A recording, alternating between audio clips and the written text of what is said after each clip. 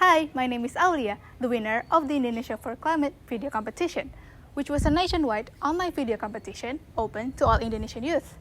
The competition was aimed to enhance awareness on climate change as well as encourage acts of kindness for the environment among Indonesian public. Today's theme of COP26 is Youth and Public Empowerment. As an oceanography student, allow me to shine a light on climate change impacts on small islands. In this case, Labuan Bajo.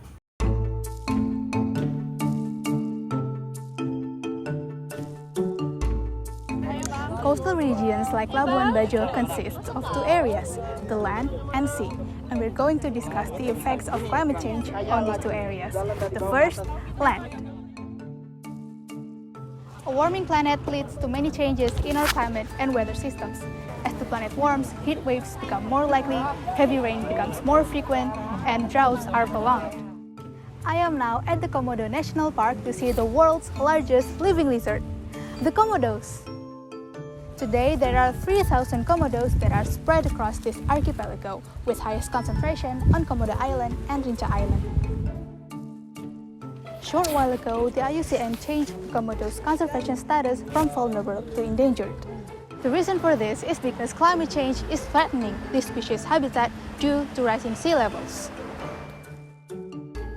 Rising sea levels also pose a threat to coastal communities that have to face loss of land along with severe erosion.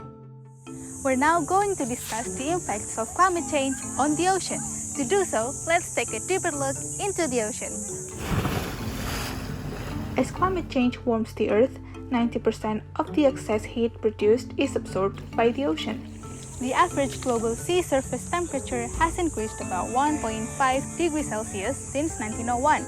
It may not seem like much for us, but for marine organisms who could only live in a short temperature range, this is bad news. For example, rising water temperatures can stress coral polyps, causing them to lose algae or zooxanthellae that live in the polyps' tissues. This results in coral bleaching, so-called because the algae give coral their color, and when the algae jump ship, the coral turns completely white. The ocean absorbs about 30% of the carbon dioxide that is released into the atmosphere from the burning of fossil fuels. As a result, the water is becoming more acidic and ocean acidification occurs. Ocean acidification slows the rate at which calcifying organisms, like coral reefs and shells, generate calcium carbonate, thus slowing the growth of these creatures. But we still have time to change course. We can avoid more dire impacts of climate change by limiting warming to 1.5 degrees Celsius, according to the IPCC report by the United Nations. World leaders must work together to eliminate the release of heat-trapping carbon by 2050. But climate change isn't a problem that governments can solve alone. We, too, can mitigate the impacts of climate change on small islands like Labuan Bajo. Our impact on climate change primarily comes from what we eat, how we power our home and mobile devices, and how we travel from place to place.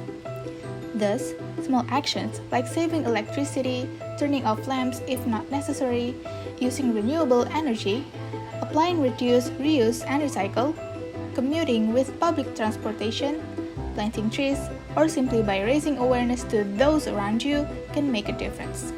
So, have you started?